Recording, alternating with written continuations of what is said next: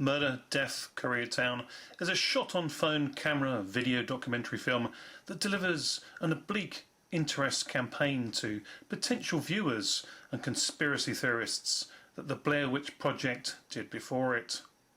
The filmmaker's identity is never shown, nor is his identity given, or any of the in-camera characters that he comes into contact with. A down in his luck, out-of-work guy is disturbed from his sleep in the still, dark, early hours of a morning as across the road from his home, the police are on scene outside the front of one of the neighbours.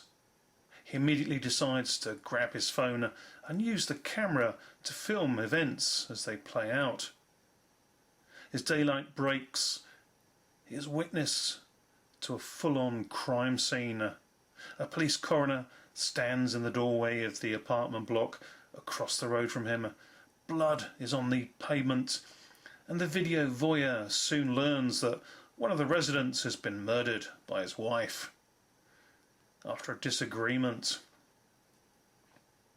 Curious and with plenty of time on his hands, the unemployed neighbour decides to look deeper into the course of events, and so takes it upon himself to turn investigative detective.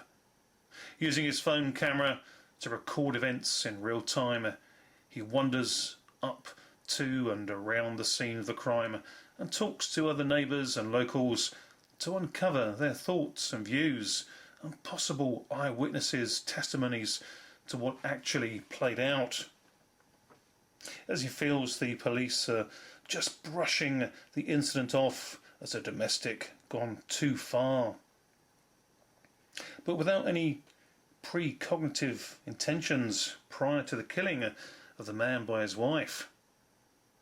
As this video detective walks the streets day and night to get full perspective, he talks to several people, all who seem peculiar in their own way, perhaps no more so than his lone video vigilante out to solve a crime that he feels runs far deeper than the police are paying due diligence to.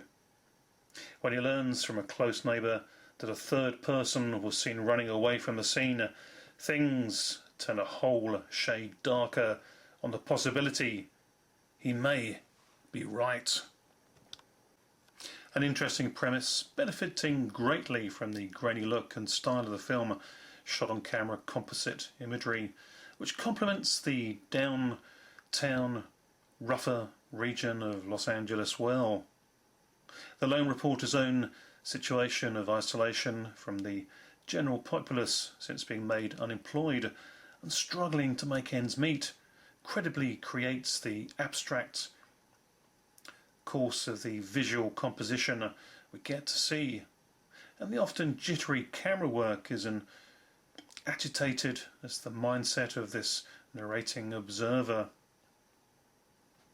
The further the guy looks into the incident, the more you can sense he himself is unraveling into a world of broken reality, and the pieces of the puzzle he puts together do not necessarily fit the true picture.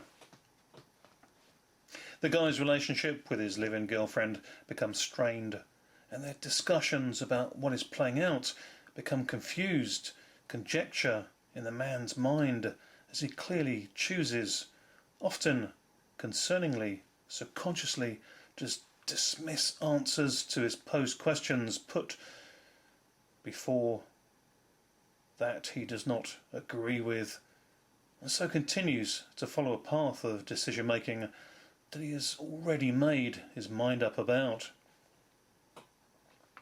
The police will not give out information to him, and he is not a family member or lawyer, and the apartment block manager is agitated to his constant presence at the scene. His investigation and new personal project has given him a renewed purpose to get up each morning, and when he meets a friend of the man that was killed, to discover that both the victim and his apparent killer wife were both good people who loved each other but since their move to the area became noticeably more stressed, with the guy falling under a lot of strain, the case draws this investigator even further down the rabbit hole. Why was the woman discovered in the alley next to the apartment block with a bloodied knife in her hand by the police? And what is it that some people were fearful of the garage she was seen entering? Trickle the black treacle over this parabolic pudding and sprinkle your senses sideways. The more the video camera investigator pushes open the door to discover darker and deliriously bizarre fragments of the truth, the more questionable the sanity of this piece becomes. Are street people and side corner preachers watching him? Is a hooded graffiti scribe leaving clues written in an almost Nostradamus-like style of quatrains etched upon sidings and poster-plastered street walls? Who is the Vietnam vet street dweller who speaks of demons and parallel universes? And why does the investigator turn to a spiritual reader to try and psychically connect with the dead Korean man he seeks to learn more about?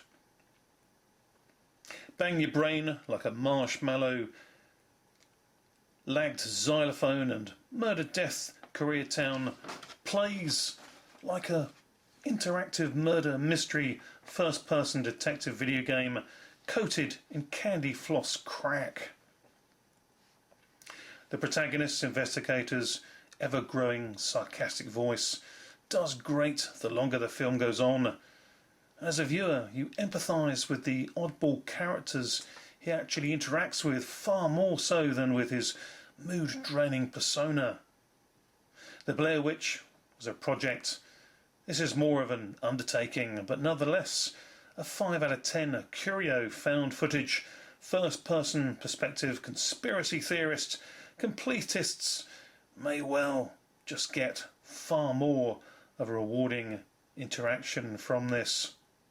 Thanks for watching. Bye for now.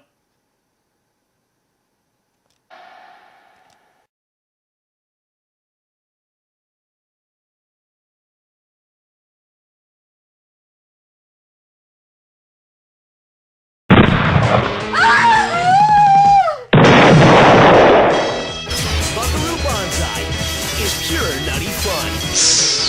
Okay.